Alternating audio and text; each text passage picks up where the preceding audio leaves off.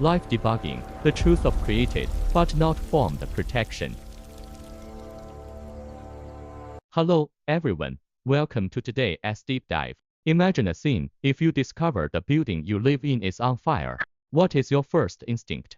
That's right. The first rule of survival is to run out immediately. You would never pitch a small tent in the burning living room and leisurely start roasting marshmallows, would you? Escaping danger is the most basic survival instinct of all living creatures. However, here is the interesting part. Today, we are going to explore a deep dialogue record concerning Volume 91 of the Mahabharata Sutra, which subverts our common sense. We are going to discuss a highly counterintuitive concept. Why do those survival masters known as bodhisattvas, when facing a world of fire full of suffering and affliction, choose to turn around and actively jump back into the mire? This sounds like it violates all rules of survival, doesn't it? But in fact, this is the highest level of a survival guide. Today, we are going to help you decode the underlying logic of the universe to see how we can master the rules in a fast-changing life and even activate a safety net for ourselves when we make mistakes. Chapter 1. Why don't white hat hackers unplug the power? First, we must ask a core question. Since the awakened ones have already seen through worldly suffering, why don't they just buy a one-way ticket and fly away from this place of trouble? The material provides a very modern metaphor. This computer is infected with a virus. If you were an antivirus software engineer or a white hat hacker and saw a computer being frantically attacked by a virus, what would happen if your reaction was to unplug the power and stay away forever? The answer is, you would never be able to disinfect it. The reason bodhisattvas choose to stay, as the text says, is to perfectly achieve the factors of bodhi. In plain language, this is a top-level professional skills training. He must personally jump into the infected system, figure out the logic of every piece of malicious code, and then clear them out line by line.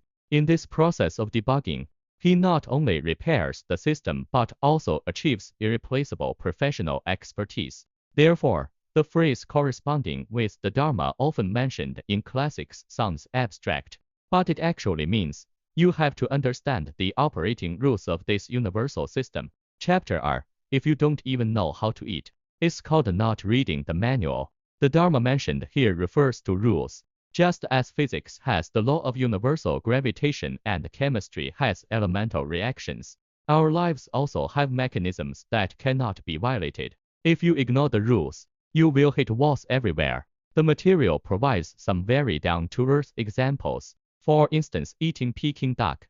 If no one teaches you how to wrap the pancake and dip it in sweet bean sauce, you might just grab the whole greasy duck and stuff it into your mouth, resulting in a big joke.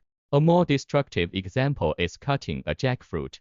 If you don't know how to cut it along its texture, the sap will make a mess, and you might even break an expensive kitchen knife. This is the consequence of not reading the universe instruction manual. Essentially, the reason we study and discuss these seemingly dry principles is to master the rules. If we know nothing about the operating mechanisms, we are very powerless and pitiful when facing life's blows. When you master every link in the chain of cause and effect, you can reach the state described in the material. Attaining ease within the Dharma. You are no longer kidnapped by ignorance. You no longer hold onto a thorn tree full of sharp spikes while crying out, "Why does it hurt so much?" When you read the manual thoroughly, your psychological mechanism shifts from passively suffering to actively choosing. Chapter 3. The art of eating chili together appearing to clean vs. incremental attachment. Next, let's enter a deeper psychological analysis. Since bodhisattvas have mastered the rules, why do they still seem full of afflictions or even wallow in the worldly mire just like us? We need to distinguish between two professional terms, appearing to clean Shixian Panyuan and incremental attachment, Zanshang Jiju. Imagine this, a person who doesn't eat spicy food at all agrees to go to a spicy hot pot dinner with you today just to accompany you and establish the cause for you to be saved. His eyes water from the spice. That's a physiological reaction, but is there greed in his mind? No. Is there anger or complaint in his heart? No. Is there arrogance or doubt? None at all. Because this is a companionship he actively chose. This is appearing to cling. He participates in the behavior.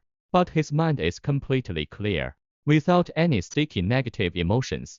This is entirely different from the incremental attachment of ordinary people. We are like wearing a pair of unremovable red glasses. When we develop a strong attachment to a certain desire, our perception is distorted, and the whole world looks red.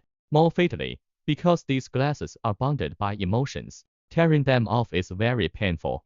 To avoid this pain, we activate defense mechanisms and start deceiving ourselves, even sticking another layer of blue or green lenses on top to rationalize our behavior. This state of using arrogance to cover up internal attachment is incremental attachment, which makes your original learning lose its meaning and creates even more serious cognitive obstacles. Chapter 4: The Chess Master and the Perfect Co-Pilot. The material also mentions another blind spot for us to reflect on.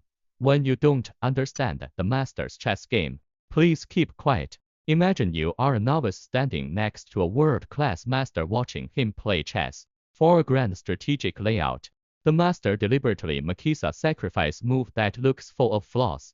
Because your intelligence cannot keep up with the master's layout, you jump in frustration and even try to grab his chess piece, saying, "Master, you made a wrong move."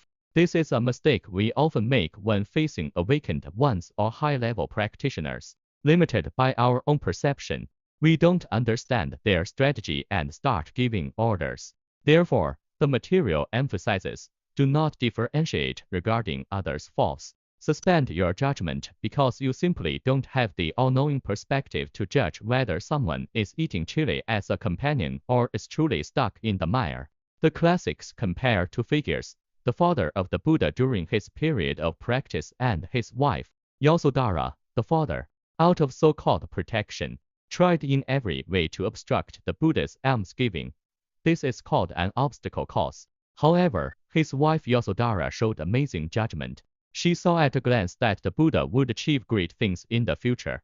She didn't grab the steering wheel or interfere with his practice. She supported everything and became a perfect supportive cause. Ultimately, this mental cultivation allowed her to achieve Buddhahood very quickly, and she was prophesied by the Buddha to become the Tathagata of 10 million lives. Chapter 5: The Safety Net. Karmic Energy Created but Not Formed. Finally, let's talk about the most core part of this material that is closest to us ordinary people. What should I do if I understand the rules but still accidentally make a mistake? The material provides an enlightening defense mechanism.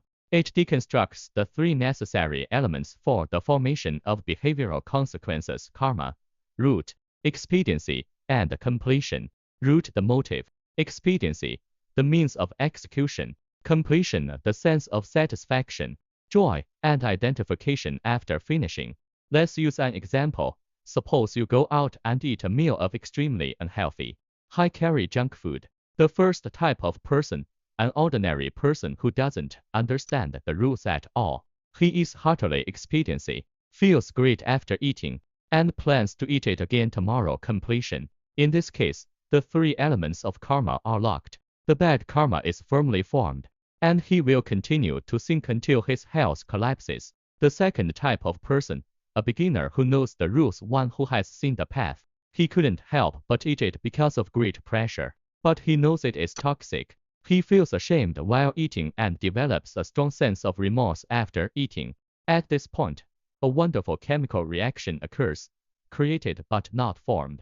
The behavior did happen, but because the root was lacking and the expediency was not fully present, and the satisfaction bonding after the act is missing, the circular chain of bad karma is severed. It appears created on the surface, but in reality, it was not formed.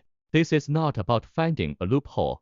It's about denying the poisonous seed the soil it needs to take root and sprout. It cannot form the absolute inertia that drags you into the abyss. Closing words. Before we end the program, I would like you to think, looking back at your life this week, those small flaws that make you feel a little guilty. Did you choose to hide the pain by adding a new filter to your red glasses? Or are you experiencing a debugging process with remorse and awakening, letting the bad karma be created but not formed? Thank you for listening to the Sublime Dharma shared by the Australia Buddha's Path Association. We hope these underlying rules of the universe can bring a brand new protective power to your daily challenges tomorrow. See you next time.